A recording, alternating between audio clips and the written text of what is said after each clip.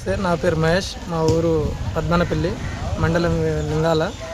మా ఊరిలో సమస్య ఏంటంటే మన మాజీ సర్పంచ్ సేవ్య నాయకు గత సంవత్సరంలో మా ఊరిలో ఉండే ఏదైతే గౌటాల్ ల్యాండ్ ఏదైతే ఉందో అది ఫ్లాట్లుగా చేసి మన ప్రజలకు ఇస్తామని చెప్పి చాలామంది దగ్గర, మా లాంటి వాళ్ళ దగ్గర దాదాపు ఒక్కొక్కరి దగ్గర వచ్చేసి ఒక్కొక్క ఇల్లుకి వచ్చేసి 2500, 2500, 3000 అలా తీసుకోవడం జరిగింది. అది ఫ్లాట్లు అయితే ఖచ్చితంగా అతను ఇవ్వలేకపోయాడు.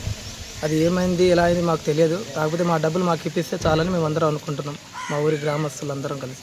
నా పేరు పొన్నగంటి చిత్రసేనారెడ్డి, మాజీ డిప్యూటీ సర్పంచ్ని. గత సర్పంచ్ నేనావతి దేవి గారు ప్లాట్లు ఇస్తా అని చెప్పి అందరి దగ్గర 2500 నుంచి ఒక 5000, 10,000 దాకా ఫ్యామిలీలను పెద్ద బట్టి చిన్న బట్టి ఇస్తా అని చెప్పి తీసుకున్నాడు. ఆయనకి ఇంతకుముందు నుంచి కూడా మా దగ్గరనే ఒక్కొక్కరి దగ్గర ఒక 10 మంది 20 మందికి ఒక మనిషిని పెట్టి కలెక్షన్ చేసి ఇచ్చిండు.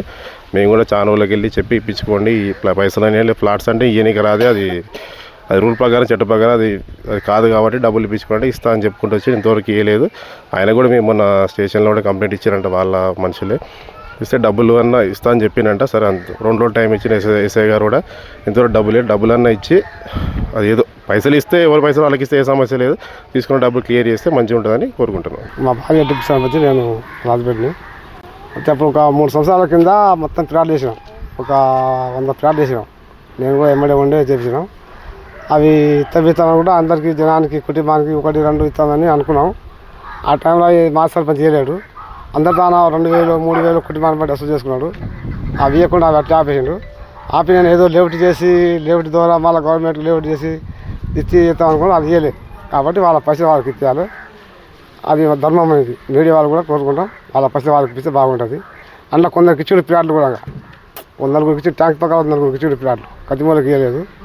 దాని మీద మీరు ఏం చేస్తారో దాన్ని మీడియా వాళ్ళు కోరుకుంటాం. గత 3 సంవత్సరాల కింద గ్రామకంఠం భూమి అందరికీ సమానంగా ప్లాట్లు ఇస్తా అని చెప్పి మాజీ సర్పంచ్ అయిన నా నేనావతి దేవి గారు, వాళ్ళ హస్బెండ్ అయిన సేవ్య తలా అందరి దగ్గర కుటుంబం దగ్గర ఒక్కొక్క ప్లాట్కి 2500 చొప్పున ఆ ఫ్యామిలీలో ఎంతమంది ఉన్నారో ఎంతమందికి అవసరమో దాన్ని బట్టి 2500 చొప్పున 10,000 కానీ 5,000 కానీ 2,500 కానీ వసూలు చేశారు. సో అది గ్రామకంఠం భూమి కాబట్టి కంప్లైంట్ పెట్టిన ఆ టైంలోనే ఆపోజిషన్ పార్టీలో ఉన్న కాంగ్రెస్ పార్టీలో ఉన్న వాళ్ళు కొంచెం కంప్లైంట్ పెట్టడం వల్ల అది ఆగిపోయింది.